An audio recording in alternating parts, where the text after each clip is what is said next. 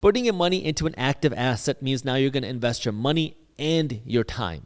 So when you invest your money into the stock market, this is more of a passive investment because you're just investing your money. If you invested your money into the Amazon stock, you're not telling Amazon what to do and you're not working at Amazon. But now if you are putting your money into an active investment, like buying a small business, now you're putting your money into it and you're going to be working to grow it as well. Now there's a lot of different ways that you can do this, and you can also work to build your own business. But let me start by talking about buying other businesses, because there's a whole range of different things that you can do. Now, for people that are in the Indian culture, this means buying a gas station, buying a convenience store, buying a liquor store, because now what you're doing is you're buying this type of asset. You're buying this active asset. You can use your money as a down payment to buy this small business. Now, you can work in the business or work to manage the business or work to grow the business, but the value here is you own the value of the asset, and you're also getting an income and hopefully make a profit as well. Now, some, I understand, convenience stores, liquor stores, gas stations make no profit and you're just literally buying your own job. But in an ideal scenario, the way that it works is you're going to put some money into this thing. You're going to buy this asset, and now maybe you work there, maybe you don't, but you're going into this thing and you run this business. Convenience store, liquor store, gas station. Now, when you run it, the people that work there, whether it's you or somebody else, is getting a salary. And after paying for all the expenses over the year, there is a profit.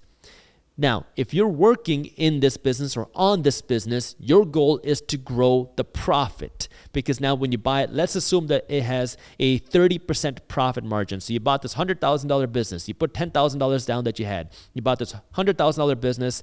It has a 30% profit margin, meaning you're getting a $30,000 profit at the end of the year after paying for all the expenses. This is hypothetical numbers, I know. But now you come in and you can take it from a $30,000 profit at the end of the year to $60,000. Now, what does that do? Now you own the business. Maybe you get a salary, maybe you don't, but the profit at the end of the year goes from $30,000 to $60,000. That means two things. Number one, that's more money for you to save to get you to $100,000. It's more money for you to invest into the stock market or real estate market to get you to $100,000. It's more money for you to invest into your income, learning skills to get you to the $100,000. And number four, it's also going to increase the value of your equity in the business, because if that $30,000 profit in the business was worth a $100,000 business, now a $60,000 profit means that this business should, in theory, be worth $200,000. That's the first way that you can run an active business. The other way is you can go down the franchise model, looking at buying things like a UPS store or buying a Domino's pizza. Now, I've never got into franchises, so I don't have any experience myself, but this is something that I know is very popular, where you take some of the money that you have, you're working to buy the business. The main thing is you don't want to just go out and buy yourself a job. You want to work to grow the business, because now if you can grow the profit, you're going to grow the valuation of the business, and that means your job should not be to just work in the business because you can hire somebody else to do that. Your job should be to grow the business presence.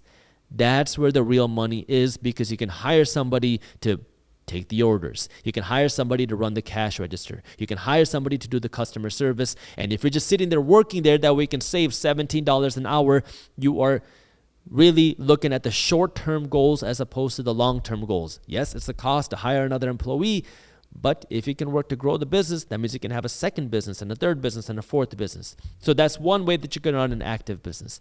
Another way that you can run an active business would be now for you to build your own business. Now, this could be an infinite number of things. I know on the internet, people love talking about flipping real estate. That could potentially be an active business. Is it difficult? Yeah. Is it risky? Heck yeah. But it has made some people a lot of money. Other active businesses could be some sort of digital company that you can create. You can get into content. You can get into selling services. If you have some sort of skill, if you're an accountant, if you are really good at digital design, you're good at graphic design, if you're a good copywriter, these are all skills that you can market. Even if you have a professional skill, if you are an attorney, now you can work on building some other sort of legal practice. If you have an engineering background, you can build some other business out of that. What type of business can you create now where you can take the money that you have and you're going to put it into the business to do two things. Number one, increase the profit, and then number two, increase the valuation of the business. Because when you invest in the Amazon company, you're letting the CEO of Amazon increase the profit and increase the valuation. Now, when it's your own, now you're working to increase the profit and increase the valuation. So now you have more control. Like here at Briefs Media, one of the things that I do is when we take a profit, a portion of it goes back into advertising and marketing. What does that do? Well, that allows us to grow our user base. What does that do? More user base allows us to grow a profit. What does that do? That allows us to increase the valuation of the company and do more things with the profit that we have. So the question now is, how can you now work to use your money? Now, the difficult part here, or the tough part, is that this is more risky.